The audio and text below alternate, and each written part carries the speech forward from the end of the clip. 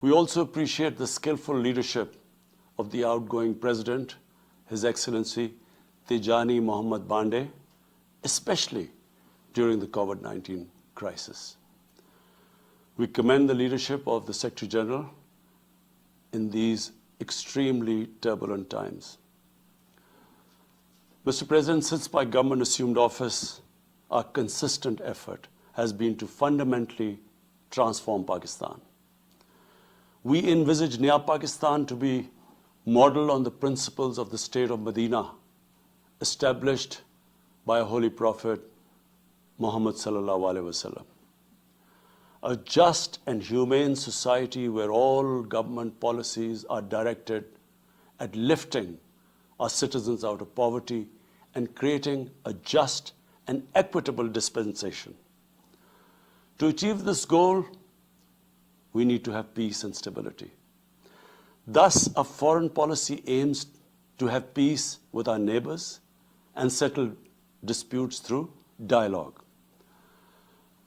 Mr. President, the 75th anniversary of the United Nations is an extremely important milestone, as this is the only body in the world that can help us achieve our goals of peace and stability in our neighborhood. This is also time for us to reflect whether, as the United Nations, we have been able to realize the promise we collectively made to our peoples.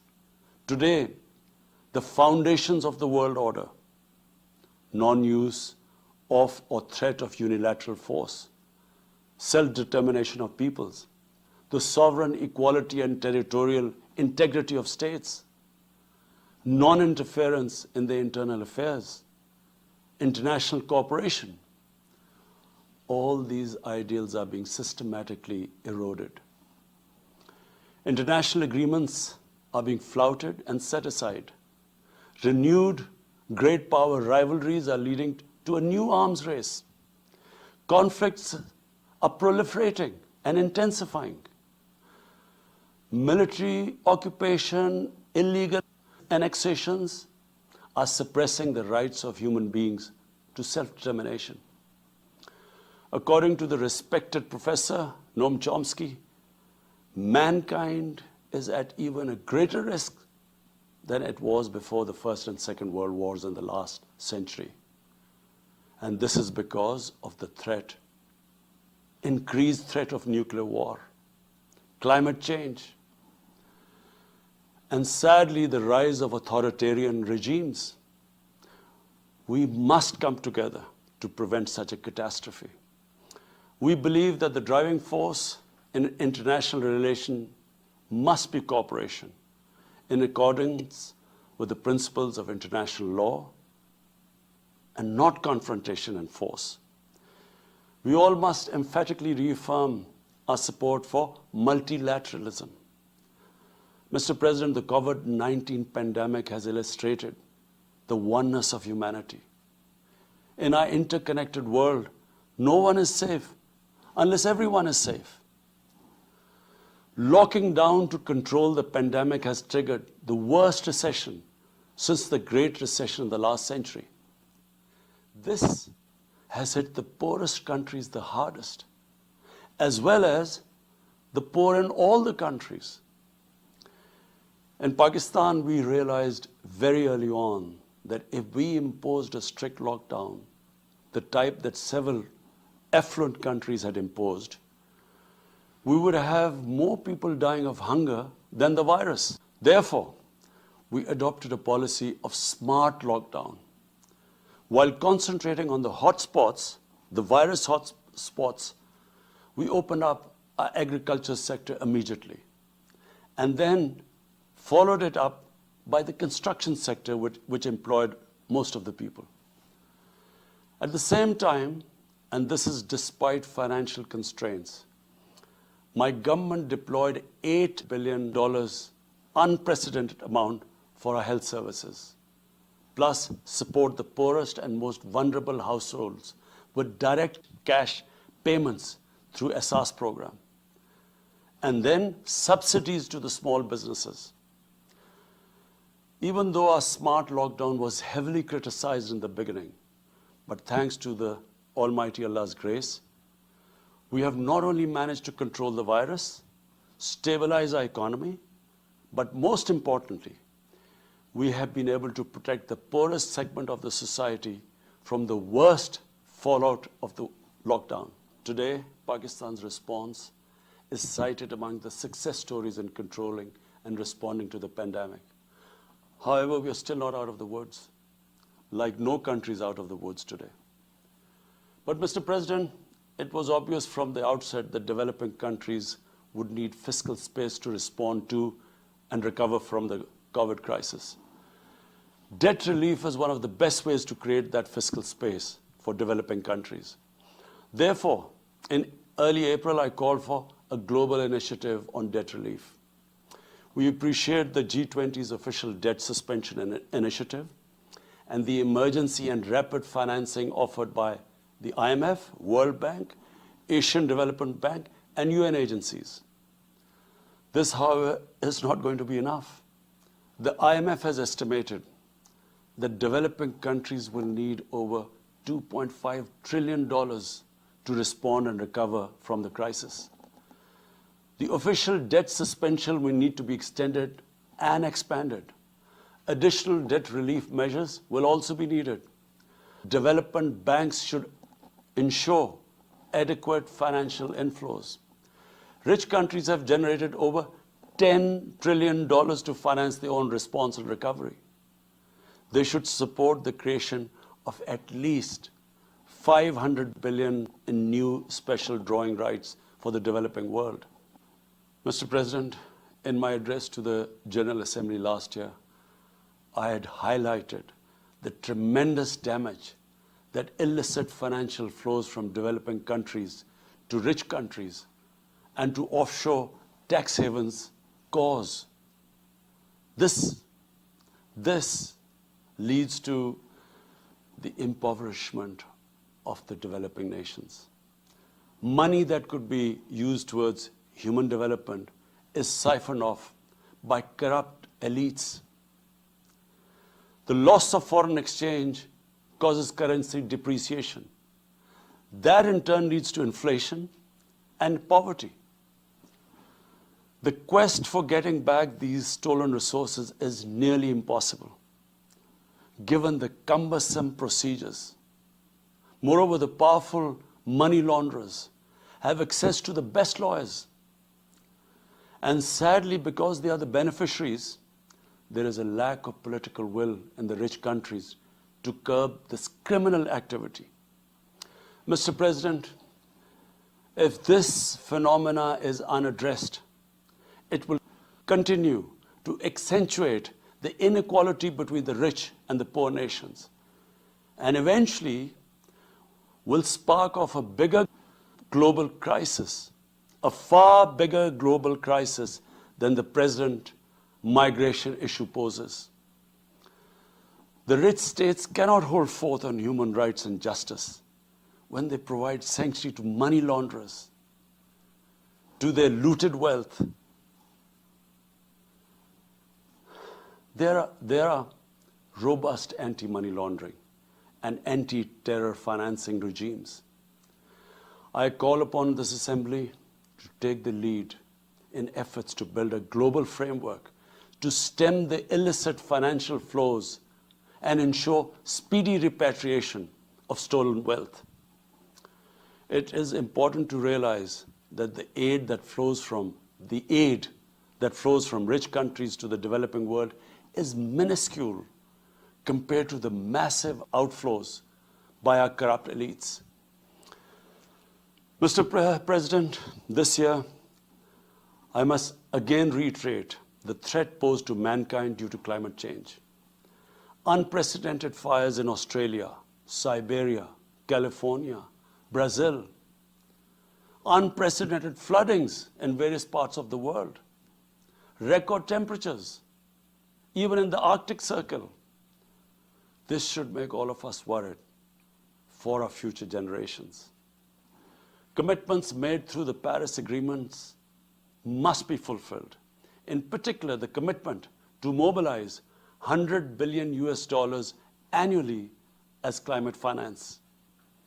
Pakistan's contribution to carbon emissions is minimal, but it is one of those countries most affected by climate change. Yet, we have decided to take the lead as we consider addressing climate change a universal responsibility. We have launched an extremely ambitious program to plant 10 billion trees in the next 3 years as a contribution to mitigating the effects of climate change. Mr. President, the pandemic was an opportunity to bring humanity together. Unfortunately, it has instead fanned nationalism, increased global tensions, and given rise to racial and religious hatred and violence against vulnerable minorities in several places. These trends have also accentuated Islamophobia. Muslims continue to be targeted with impunity in many countries. Our shrines are being destroyed. Our Prophet Muhammad sallallahu alaihi wasallam insulted. The Holy Quran burnt. And all this in the name of freedom of speech. Incidents in Europe, including republication of blasphemous sketches by Charlie Hebdo, are recent examples. We stress that willful provocations and incitement to hate and violence must be universally outlawed. This assembly should declare an international day to combat Islamophobia and build a coalition to fight the scourge that splits humanity. Mr. President, the one country in the world today where I'm sad to say the state sponsors Islamophobia, and that is India. The reason behind this is the RSS ideology that unfortunately rules India today. This extremist ideology was founded in the 1920s. The RSS founding fathers were inspired by the Nazis, and they adopted their concepts of racial purity and supremacy. While the Nazis' hate was directed at the Jews, the RSS directs it towards the Muslims and to a lesser extent, the Christians. They believe that India is exclusively for Hindus and others are not equal citizens. The secularism of Gandhi and Nehru has been replaced by the dream of creating a Hindu Rashtra by subjugating, even cleansing India's 200 million Muslims and other minorities. In 1992, the RS destroyed the Babri Masjid. In 2002, some 2,000 Muslims were slaughtered in Gujarat, and this was under the watch of Chief Minister Modi. In 2007, over 50 Muslims were burnt alive by RSS arsonists aboard the Samjhauta Express train. In Assam, around 2 million Muslims face the prospects of being arbitrarily stripped of their nationality through the adoption of discriminatory laws. There are reports of large concentration camps being filled by Muslim Indian citizens. Muslims were falsely blamed, vilified, and victimized for spreading the coronavirus. They were denied medical attention on many occasions. Their businesses were boycotted. Cow vigilantes attack and kill Muslims with impunity. Last February, Muslims faced targeted killings with police complicity in New Delhi. Mass registrations in the past have often been a precursor to genocide. For example, the Nuremberg laws in Germany in 1935, and then in 1982 in Myanmar. The Hindutva ideology is set to marginalize almost 300 million human beings, Muslims, Christians, and Sikhs. This is unprecedented in history, and this does not augur well for the future of India. As we all know that marginalization of human beings leads to their radicalization. Mr. President, for over 72 years, India has illegally occupied Jammu and Kashmir against the wishes of the Kashmiri people and in blatant violation of the resolutions of the Security Council and indeed its own commitments to the people of Kashmir. On 5th August last year, India illegally and unilaterally sought to change the status of the occupied territories and deployed additional troops, bringing the total number to 900,000, to impose a military siege on 8 million Kashmiris. All Kashmiri political leaders were incarcerated. About 13,000 Kashmiri youth were abducted and thousands tortured. A complete curfew was imposed, accompanied by a total communications blackout. Indian occupation forces have used brute force, including pellet guns against peaceful protesters, imposed collective punishments, including the destruction of entire neighborhoods, and extrajudicially murdered hundreds of innocent young Kashmiris in fake encounters, refusing even to hand over their bodies for burial. The Kashmiri media and those daring to raise their voice are being systematically harassed and intimidated through the use of draconian laws. All of this is well documented in the reports of the United Nations High Commissioner for Human Rights, communications from the Special Rapporteurs of Human Rights Council, statements from human rights and civil society organizations. The international community must investigate these grave violations and prosecute the Indian civil and military personnel involved in state terrorism and serious crimes against humanity being perpetrated, I'm sad to say, with complete impunity. The objective of this brutal campaign is to impose what the RSS BJP regime has itself called the final solution for Jammu and Kashmir. To this end, the military siege is being followed by moves to change the demographic structure of the occupied territory. This is an attempt to obliterate the distinct Kashmiri identity in order to effect the outcome of a plebiscite envisaged in the UN Security Council resolutions. This action is in violation of the UN Charter, Council resolutions, and international law, particularly the 4th Geneva Convention. Changing demographic structure of occupied territory is a war crime. Mr. President, the brave Kashmiri people will never submit to Indian occupation and oppression. Their struggle is indigenous. They are fighting for a just cause, and generation after generation have laid down their lives to rid themselves of Indian occupation.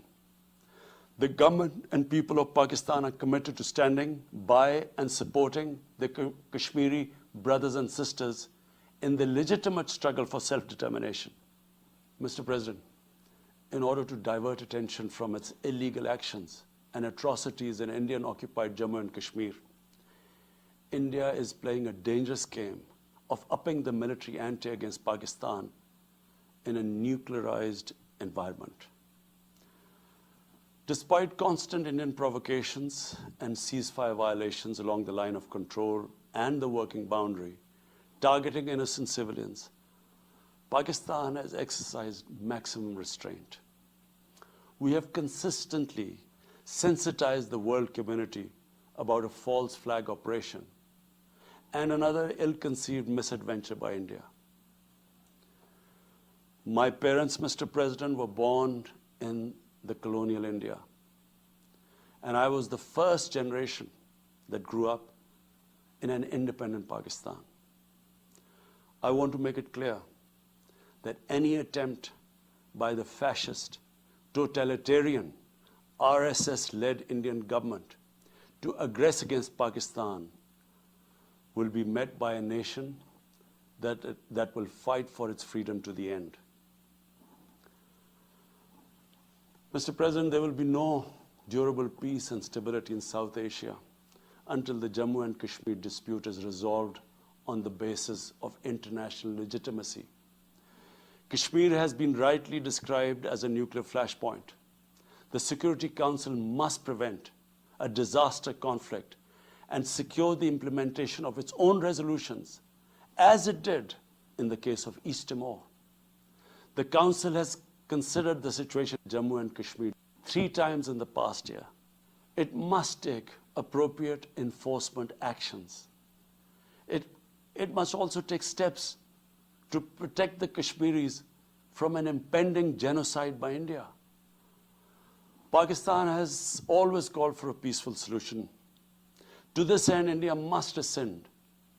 To reach this end, India must ascend the measures it has instituted since 5th August 2019, end its military siege and other gross human rights violation, and agree to resolve the Jammu and Kashmir dispute in accordance with the relevant UN Security Council resolutions, and of course, the wishes of the people of Kashmir. Mr. President, Pakistan's desire for peace in our region is also manifest in our efforts to promote a political solution in Afghanistan. I have consistently maintained over the past 2 decades that there is no military solution to the conflict in Afghanistan. The only way forward was and is a political settlement, which involves the full spectrum of Afghanistan's political actors. Pakistan fully facilitated the process that culminated in the US-Taliban peace agreement on 29 February 2020. Pakistan is deeply gratified that it has fulfilled its part of the responsibility. The Afghan leaders must now seize this historic opportunity to achieve reconciliation and restore peace in the war-torn country. Through the intra-Afghan negotiations that commenced on 12th of September, they must work out an inclusive, broad-based, and comprehensive political settlement. The process must be Afghan-led and Afghan-owned, and without any interference or outside influence. Early return of Afghan refugees must be part of this political solution. After almost 2 decades of war, it is imperative not to allow spoilers within and outside Afghanistan to subvert the peace process. Peace and stability in Afghanistan will open new opportunities for development and regional connectivity. Mr. President, Palestine remains a festering wound. A just and lasting settlement is indispensable for the Middle East and actually the world. Illegal annexations of Palestinian territory, the building of illegal settlements, and the imposition of inhuman living conditions on the Palestinian people, especially in Gaza, cannot bring peace to a troubled region. Pakistan continues to support a 2-state solution in line with the UN General Assembly and Security Council resolutions within the international agreed parameters, and they are pre-1967 borders, and Al-Quds, Al-Sharif as the capital of a united, contiguous, and independent Palestinian state. Mr. President, the United Nations remains the best legitimate avenue for collective action in managing international conflicts, fostering peace and security, promoting equitable development, and addressing global problems. I urge the Secretary General to take the lead in preventing global conflicts. He should convene summit-level meetings to address regional hotspots and resolve outstanding disputes. The United Nations should be made fully responsive to the challenges of our times. A comprehensive reform of the United Nations, including the Security Council, is essential to promote greater democracy, accountability, transparency, and efficiency. Pakistan will continue to participate actively in this process and endeavor with other member states to build a world where conflict is outlawed. and equitable prosperity for all pursued in conditions of peace and security.